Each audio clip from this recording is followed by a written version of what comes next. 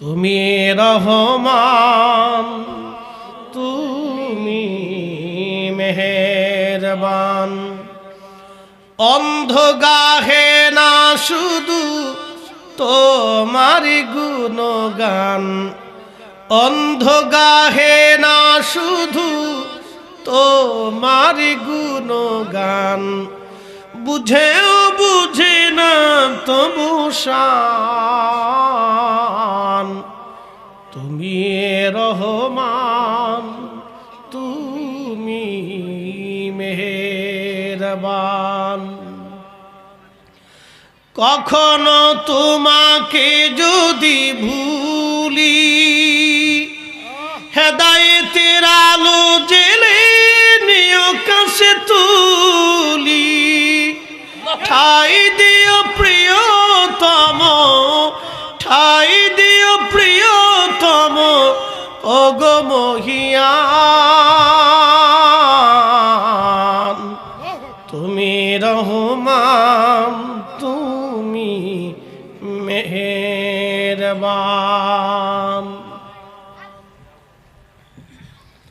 খুব মনোযোগ দিবেন।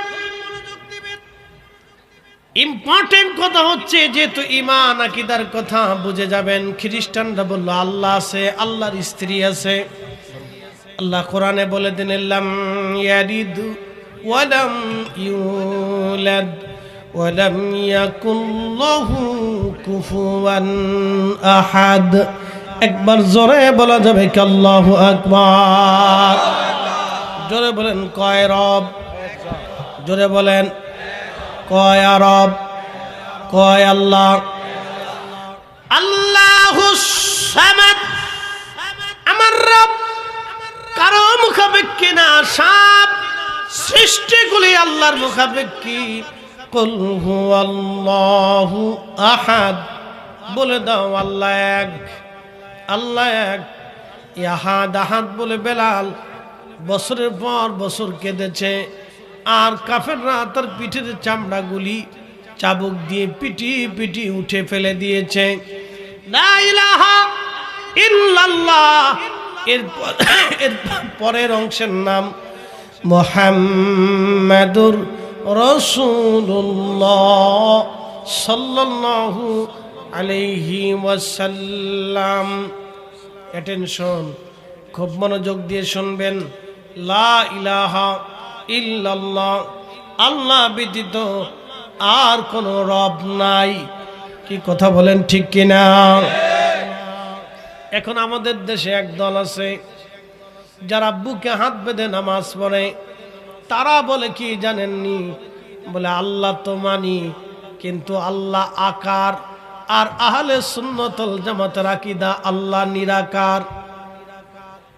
দেখেন ভুলটা কোথায়। আমি বলছি সূক্ষ্ম পয়েন্ট, ভুল কোথায় আপনি বুঝে যাবেন। আল্লাহুস সামাদ, আল্লাহ কারো মুখাপেক্ষী না। খ্রিস্টানরা বলে আল্লাহ আছে, কিন্তু আল্লাহর বউ আছে, আল্লাহর ছেলে আছে। আমরা মুসলমানরা বলি আল্লাহ আছে, ছেলেও নাই, স্ত্রীও নাই।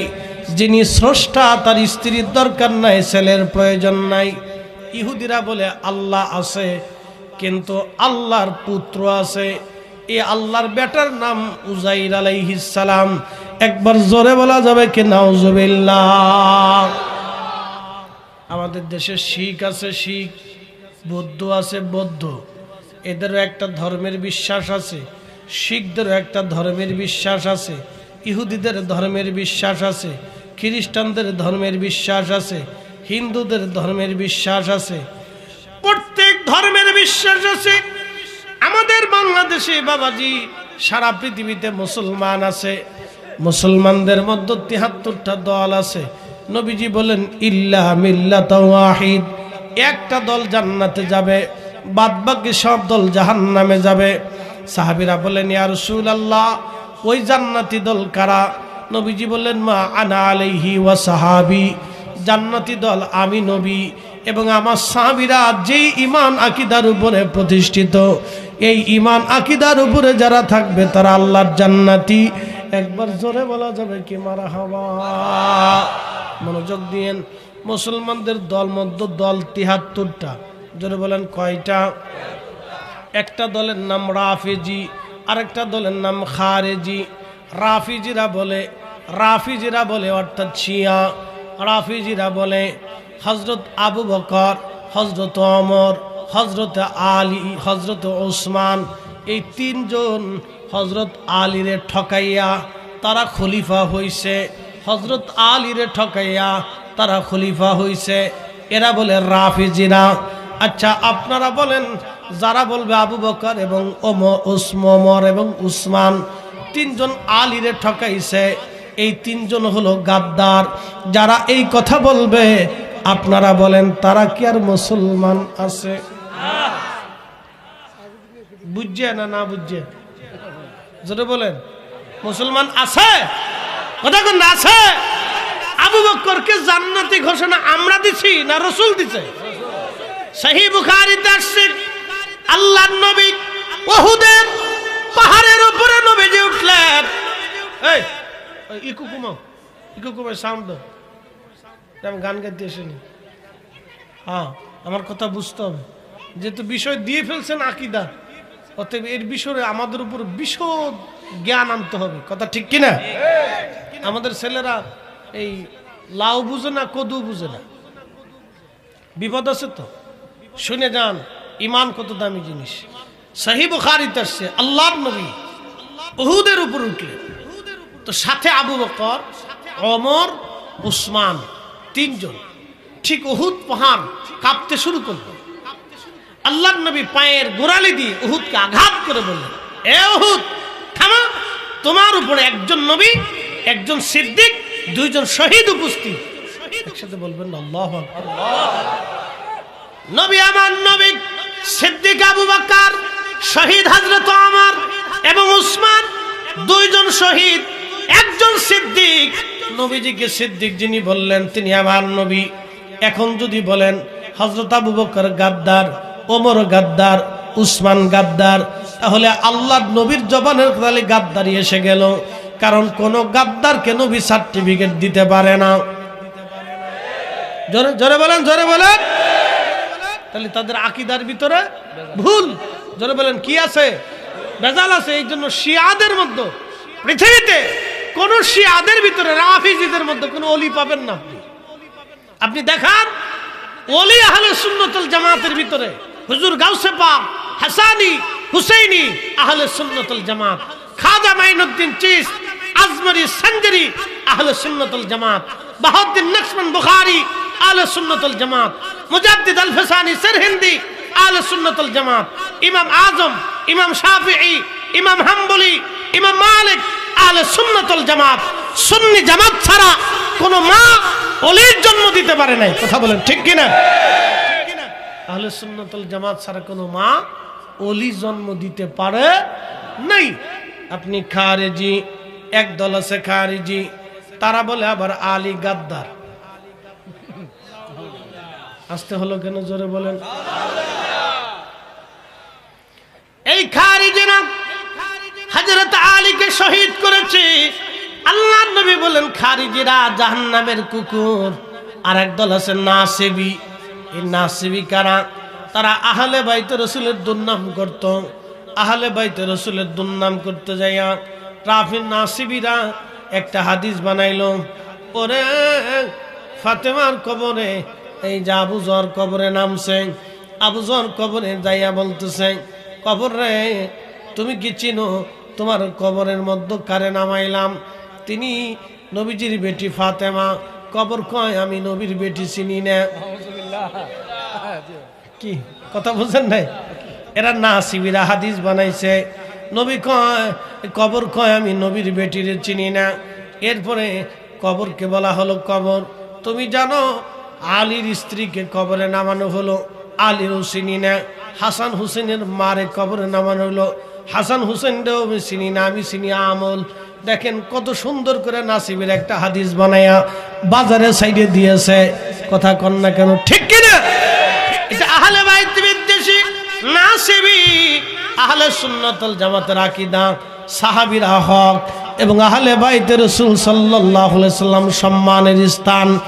আহলে বাইতে রাসূল আমাদের ঈমান, আর সাহাবীরা হলো ভালোবাসার জায়গা। কি কথা বলেন ঠিক কিনা? এটা আহলে সুন্নাত ওয়াল জামাতের আকীদা। আমরা সুন্নিরাই হক, তার বাস্তব প্রমাণ খাজা বাবা আজমেরি, তার বাস্তব প্রমাণ মুজাদ্দিদ আল ফিসানি, তার বাস্তব প্রমাণ হুজুর গাউসে বাগ মহিউদ্দিন আব্দুল কাদের জিলানী। কারণ আকীদা বিশুদ্ধ না হইলে তাদের ভিতর থেকে কারামত প্রকাশ পায় না, আর আকীদা বিশুদ্ধ না হলে ওলি হওয়া যায় না। বুঝতে কি কোনো অসুবিধা হবে? খাল ভালো করে বুঝে যাবেন। আর এক দল আছে মুতাজিলা। মুতাজিলাদের আকীদা কি জানেন? বলতেছি এবার। মুতাজিলারা বলে যে আল্লাহ খায়, আল্লাহ পড়ায়, আল্লাহ সবকিছু করে, তা আমার দোষ কি? আমি জেনা করি, আল্লাহ করায়, অকাম করি, আল্লাহ করায়, মিথ্যা বলায়, আল্লাহ করায়, চুরি করি, আল্লাহ করায়। কি বুঝলেন আপনারা?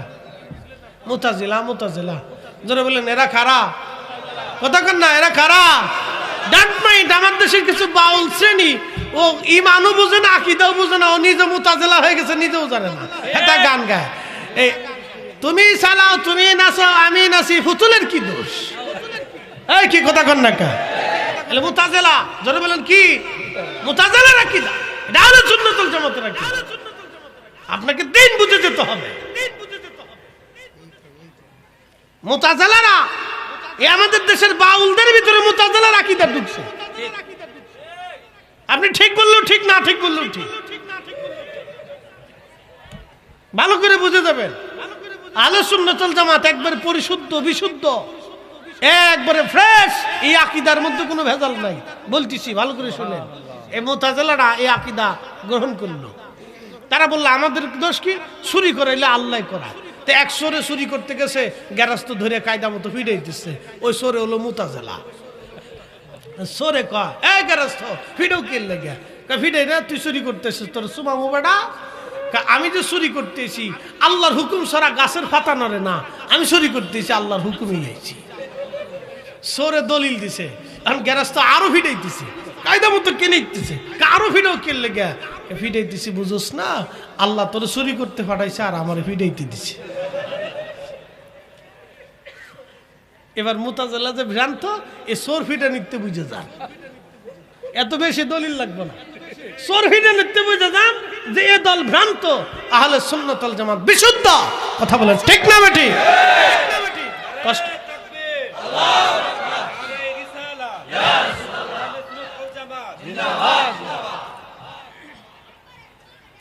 আরেক দল আছে এরকম,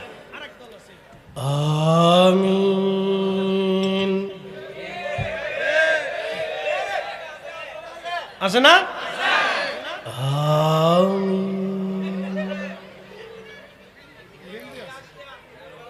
এরা কিন্তু মেড ইন সৌদি না, বর্তমান মক্কা মদিনাতে আমিন জোরে বলে। তারা কিন্তু শাফিঈ। আর বাংলাদেশে যেগুলি এরা লামাযহাবী, এরা কোনো মাযহাবী নেই, এরা কোনো ফিকা মানে না, কোনো দলের ভিতরে নাই। এটা হলো বেদল্যা, ভেজাল্যা। কি কথা কন না কে? এটা ভেজাল্যা। কেমনে ভেজাল্যা? দেখেন এদের আকীদা। এদের আকীদা হচ্ছে মুহাম্মদ সাল্লাল্লাহু আলাইহি সাল্লাম আমাদের মতোই মানুষ, তার বাবা মা কাফের।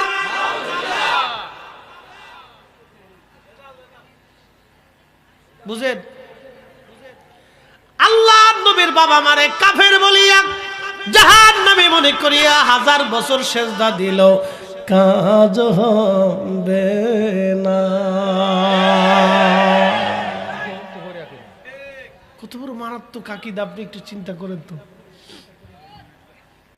ও আমার ভাতিজা, আমার নবী আল্লাহ রাব্বুল আলামিন আপনাকে এই পৃথিবীতে আদম আলাইহিস সালাম যখন জান্নাতে, আপনি নবী আদমের সঙ্গে জান্নাতে ছিলেন, এরপর আদম দুনিয়াতে, আপনি নবী দুনিয়াতে, এরপর আপনি চলে আসলেন। হুজুর দুনিয়াতে নামানোর পরে আল্লাহ আপনাকে কিভাবে আনলেন? আমি আগের টুক বাংলা বললাম, এখন মূল আরবি টুক বলতেছি, শুনে নেন। তখন নবীজির চাচা বলতেছিলেন তুনকালু মিন সালিবিন ইলা রাহিমিন ইজা মাদা আলামু বাদা তবাক তুনকালু মিন সালিবিন ইলা রাহিমিন ইজা মাদা আলামু বাদা তবাক।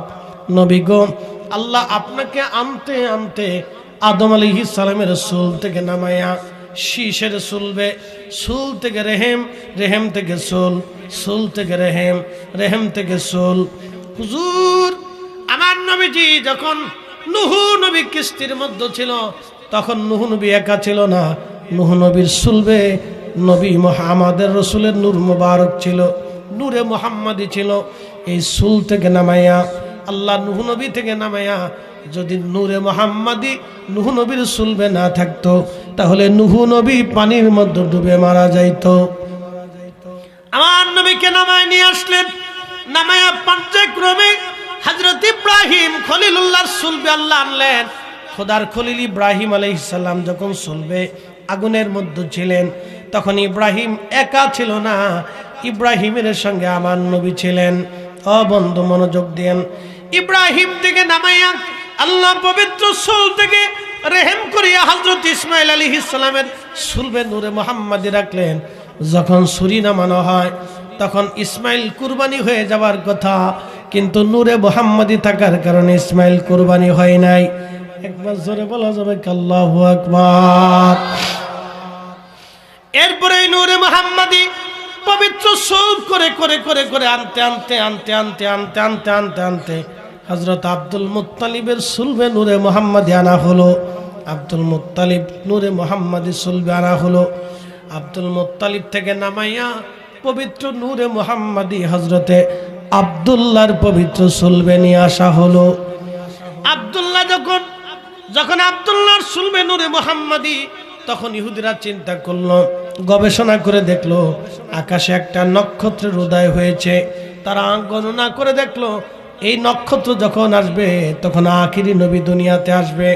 তখন ইহুদি পণ্ডিতরা বলল, নবী মুহাম্মাদুর রাসূলুল্লাহ সাল্লাল্লাহু আলাইহি সাল্লাম আরবের মক্কায় কুরাইশ বংশের বনু হাশেমের আব্দুল মুত্তালিবের ছেলে আব্দুল্লাহর পবিত্র পেশানিতে নূরে মুহাম্মাদি আছে, যে কোনো মূল্যে আব্দুল্লাহকে মেরে ফেলতে হবে। শুনে যাবেন রাসূল কিভাবে দুনিয়াতে আসছে। যে কোনো মূল্যে নবীর বাবা আব্দুল্লাহকে মেরে ফেলতে হবে, কারণ তার পেশানিতে নূরে মুহাম্মাদি।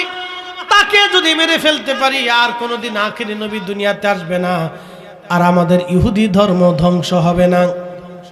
ইহুদিরা চক্রান্ত করলো, তারা সিরিয়া থেকে 70 জন যুদ্ধবাজ কমান্ডো ছেলেকে নিয়োগ করে তাদেরকে মক্কায় পাঠিয়ে দিল। তারা মক্কার অলিগুলি দিয়ে জায়গায় জায়গায় ঘুরে হযরত আব্দুল্লাহকে মেরে ফেলে দেওয়ার জন্য। কিন্তু আপনারা বলেন, আব্দুল্লাহ তো আল্লাহর হুকুমে, আব্দুল্লাহর পেশানিতে নূরে মুহাম্মাদি আল্লাহর হুকুমে, আল্লাহর নবী দুনিয়াতে অবশ্যই আসবে। ইহুদিদের চক্রান্ত নস্যাৎ হবে, কারণ কোরআনে আল্লাহ বলে দিয়েছেন, ওয়া তাকাল্লুবাকা ফিস সাজিদিন। নবী গো, আপনাকে আমি সেজদাকারীদের মাধ্যমে দুনিয়াতে আনছি। নবীজির আব্বা আম্মা জীবনে কোনোদিন কোনো মূর্তির সামনে মাথা নত করে নাই। নবীজির আব্বা আম্মা কোনোদিন একটা বারও আল্লাহর সাথে শিরিক করে নাই। তারা এক আল্লাহতে বিশ্বাসী ছিল এবং আল্লাহর সামনে মাথা নত করত। তারা কাবা শরীফে যাইয়া আল্লাহর সামনে সেজদায় পড়ে থাকতো। একবার জোরে বলা যাবে আল্লাহু আকবার।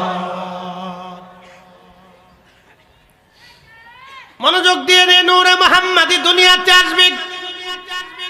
ইমাম ইবনে কাসির আল বাদার মধ্যে তিনি লিখতেছেন, ইহুদিরা 70 জন যুবক পাঠিয়ে দিল।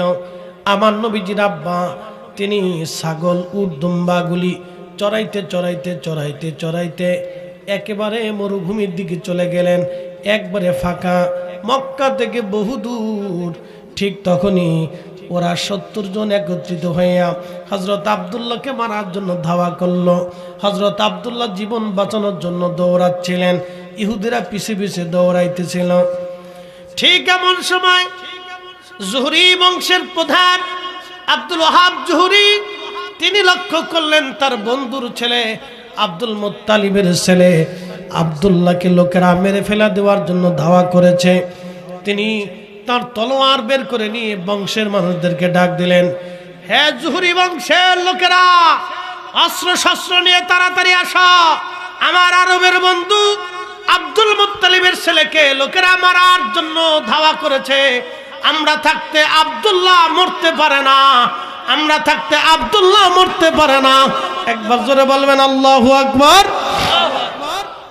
আব্দুল্লাহকে বাঁচানোর জন্য তারা অস্ত্র শস্ত্র নিয়ে দৌড়াচ্ছে। জুহরি বংশের লোকেরা অস্ত্র শস্ত্র নিয়ে দৌড়ায় আব্দুল্লাহকে বাঁচানোর জন্য। ওয়াহাব জুহরি তলোয়ার টেনে তলোয়ার হাতে নিয়ে দৌড়াচ্ছে, যে কোনো মূল্যে আব্দুল্লাহকে বাঁচাইতে হবে। কিন্তু ইহুদিরা আব্দুল্লাহকে ঘিরে ফেলে দিয়েছে।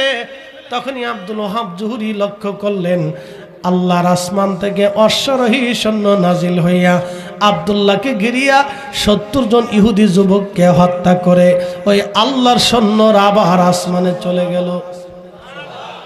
আসতে হয়ে গেল না? জোরে বলেন। আচ্ছা, আব্দুল্লাহ মরে গেলে কি নূরে মুহাম্মাদি আসবে? তো ওনার হেফাজতকারী কে? আল্লাহ। একসাথে বলেন কে? হা হা হা, এটাই নূর। আব্দুল্লাহর এই দৃশ্যখানা দেখার পরে ওয়াহাব জুহরি চিন্তায় পড়ে গেলেন, এই ছেলে সাধারণ যুবক না, এই ছেলে সাধারণ যুবক না। চিন্তায় পড়ে গেলেন, এই ছেলের সাথে আমার মেয়ে আমেনার বিয়ে দিতে হবে। মারহাবা বলবেন?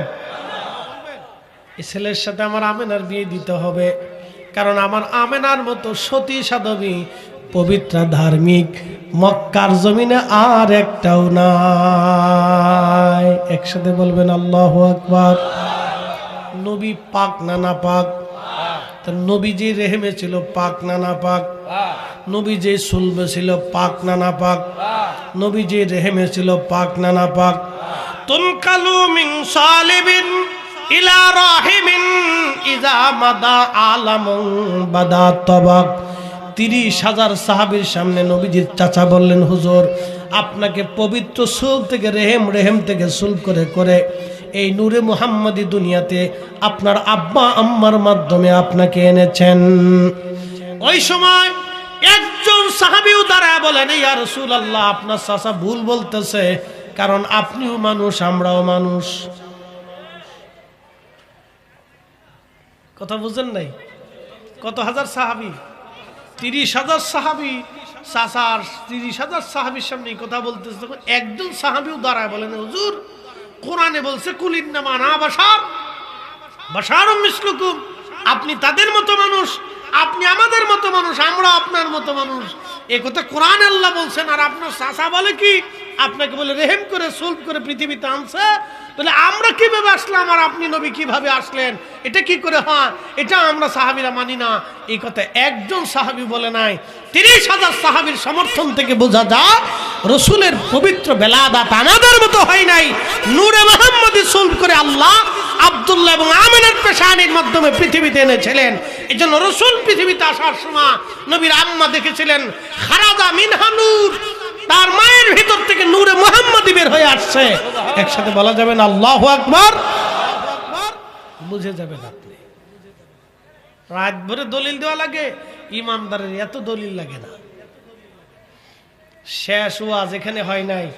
নবীজির আব্বাজান কাবা তাওয়াফ করতে আসে, ওই বিপদ থেকে বেঁচে গেছেন। তিনি শুকরানা আল্লাহর ঘর তাওয়াফ করতেছেন, আল্লাহর ঘর তাওয়াফ করতেছেন, শুকরানা তাওয়াফ। একসাথে বলবেন না মারহাবা? তিনি কার উপর বিশ্বাসী ছিলেন? আল্লাহর উপরে। জোরে বলেন। আল্লাহর উপরে বিশ্বাসী না হলে কি একজন ব্যক্তি এই বিপদ থেকে বাঁচার পরে কাবা ঘর আল্লাহর দরবারে এসে শুকরানা করে কাবা ঘর ধরে দোয়া করতেছে, আল্লাহ আপনি আমাকে আজ কঠিন বিপদ থেকে বাঁচিয়ে দিলেন। তো এইরকম তাওয়াফ করতেছে। তখন ওরাকা বিন নওফলের বোন ছিল, তার একটা নাম ছিল উম্মে ফাতেমা, আর এক নাম ছিল উম্মে কিতাল, তার 4-5টা নাম ছিল। এক এক সিরাতে এক একটা নাম আসছে।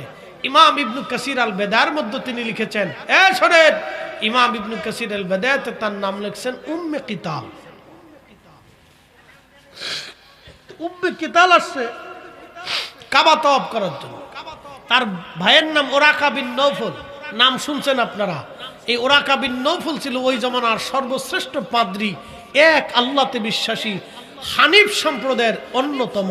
তিনি এক আল্লাহতে বিশ্বাসী ছিলেন, তিনি কোনো মূর্তির সামনে কখনো মাথা নত করেন নাই, তখনও তিনি এক আল্লাহতে বিশ্বাসী ছিলেন। একজন লোকই ছিল, তার বোন ছিল উম্মে কিতাল বা ফাতেমা। তিনি দেখতেছে হযরত আব্দুল্লাহর পেশানিতে নূরে মুহাম্মাদি ঝলমল করে। একসাথে বলবেন না মারহাবা। উম্মে কিতাল ডাক দিয়ে বলতেছে, আব্দুল্লাহ দাঁড়াও। প্রিয় নবীর আব্বাজান আব্দুল্লাহ দাঁড়িয়ে গেলেন। উম্মে কিতাল বা উম্মে ফাতেমা বলতেছিল, এ আব্দুল্লাহ, তুমি কি আমাকে বিয়ে করবে? বলতেছে, আমি তো তোমাকে বিয়ে করব। আমার তো অভিভাবক আছে, আমার চাচা, আমার আব্বাজান। আমার আব্বাজানের সাথে পরামর্শ ছাড়া কোনো সিদ্ধান্ত দিতে পারি না। বলে, তোমার আব্বাকে বলবে, ওরাকা বিন নওফলের বোন উম্মে কিতাল আমাকে বিয়ে করতে চায়। তোমার আব্বা তোমার জীবনের বিনিময়ে কাবা শরীফের সামনে 100 উট কুরবানি করেছিল। ওই 100 উট তোমার আব্বাজানকে আমি হাদিয়া দিয়ে দিব। আব্দুল্লাহ রে, বলো তুমি আমারে বিয়ে করবানি?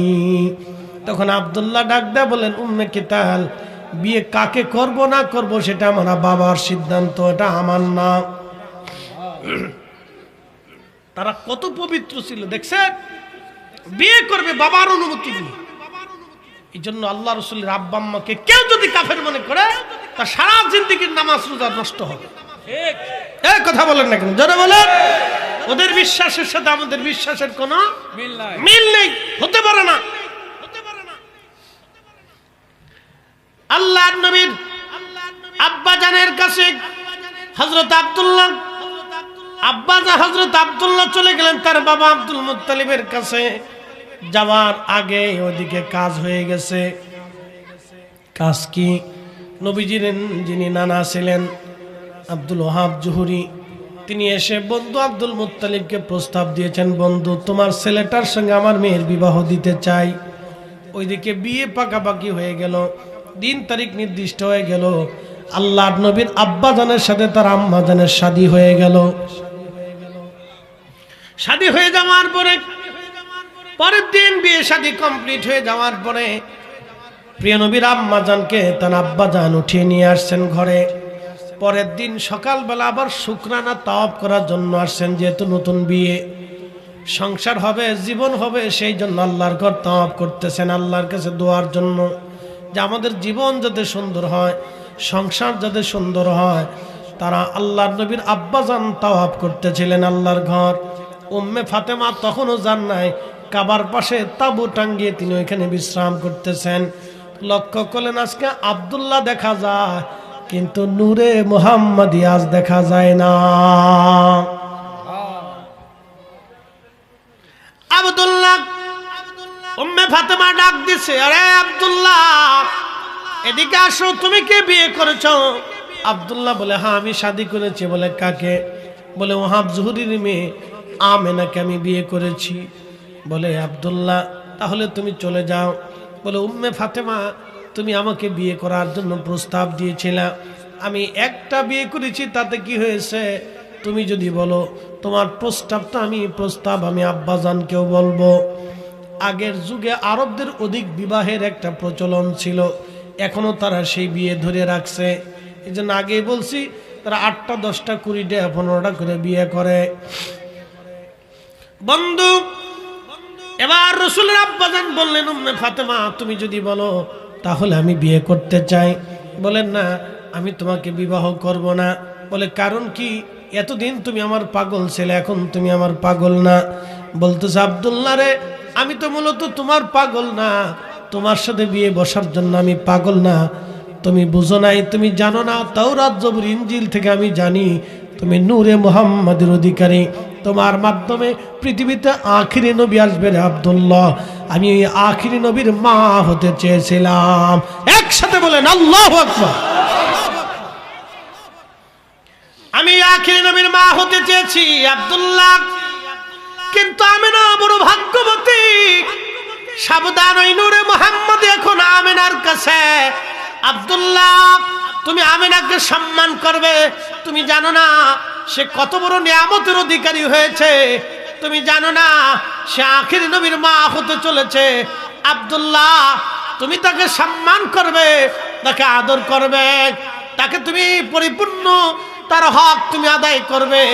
সাবধান, তোমাকে বলে দিচ্ছি, সেই নূর, নূরে মুহাম্মাদি কি জানোনি? বারাহুল্লাহু মিন নূরিন সাফা। ইমাম ইবনে কাসির আল বেদাতে লেখছে, আমি লিখিনি। পৃথিবীর অন্যতম শ্রেষ্ঠ সিরাতবিদ, বিশুদ্ধ কিতাব লেখক ইমাম ইবনে কাসির, তিনি তার কিতাবে লিখতেছেন, তখন উম্মে কিতাল বলতেছিল, হে আব্দুল্লাহ, বারাহুল্লাহু মিন নূরিন সাফা, আল্লাহ তাকে বিশুদ্ধ পরিশুদ্ধ নূর দিয়ে সৃষ্টি করছে। একসাথে বলা যাবে না আল্লাহু আকবার? তাওরাতে, জবুরে, ইনজিলে লেখা বারাহুল্লাহু মিন নূরিন সাফা, বিশুদ্ধ নূর দিয়ে আল্লাহ তাকে তৈরি করছে। এখন আপনি নূর মানলেও নূর, না মানলেও নূর। জোরে বলেন, জোরে বলেন। আপনি মানলেও নূর, না মানলেও নূর। এখন আপনার মানা না মানা দিয়ে রসুল নূর মাটি হবে না। মানলেও নূর, না মানলেও নূর। আরে উম্মে কিতাল তাওরাত, জবুরের, ইনজিলের পারদর্শী আলেমা মহিলা ছিলেন।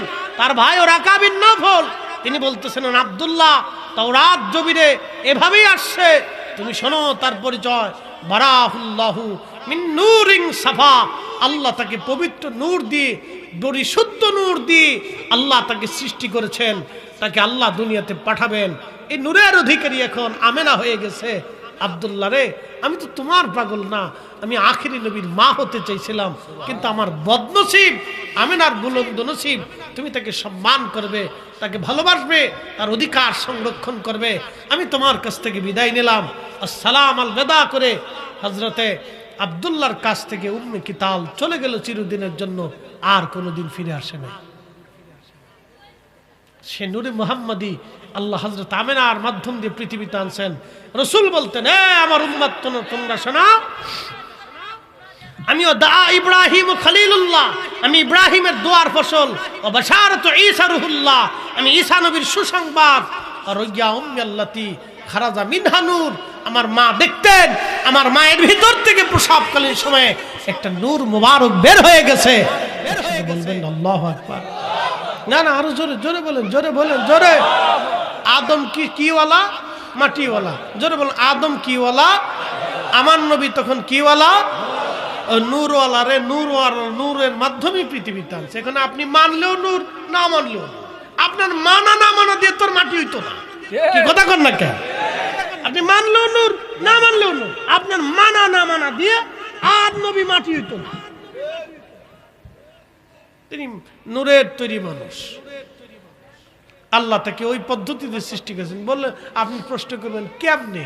কেমনে? আল্লাহর কাছে জিজ্ঞান। কি কথা কর না কেন? খেজুর গাছের ভিতর থেকে মিষ্টি রস কে বের করে? না না, একসাথে বলেন, কে করে? যিনি এক মাটির ভিতর থেকে হাজার কোয়ালিটির গাছ তৈরি করতে পারেন, ফল খাওয়াইতে পারেন, তিনি মাটির মানুষের ভিতর থেকে নূরের মানুষ আনতে পারে না? ইয়া তো ছোট ঈমান নিয়ে আমরা চলি না। কি কথা কর না কেন? ঠিক কিনা? আল্লাহ কবুল করুক, বলেন আমিন।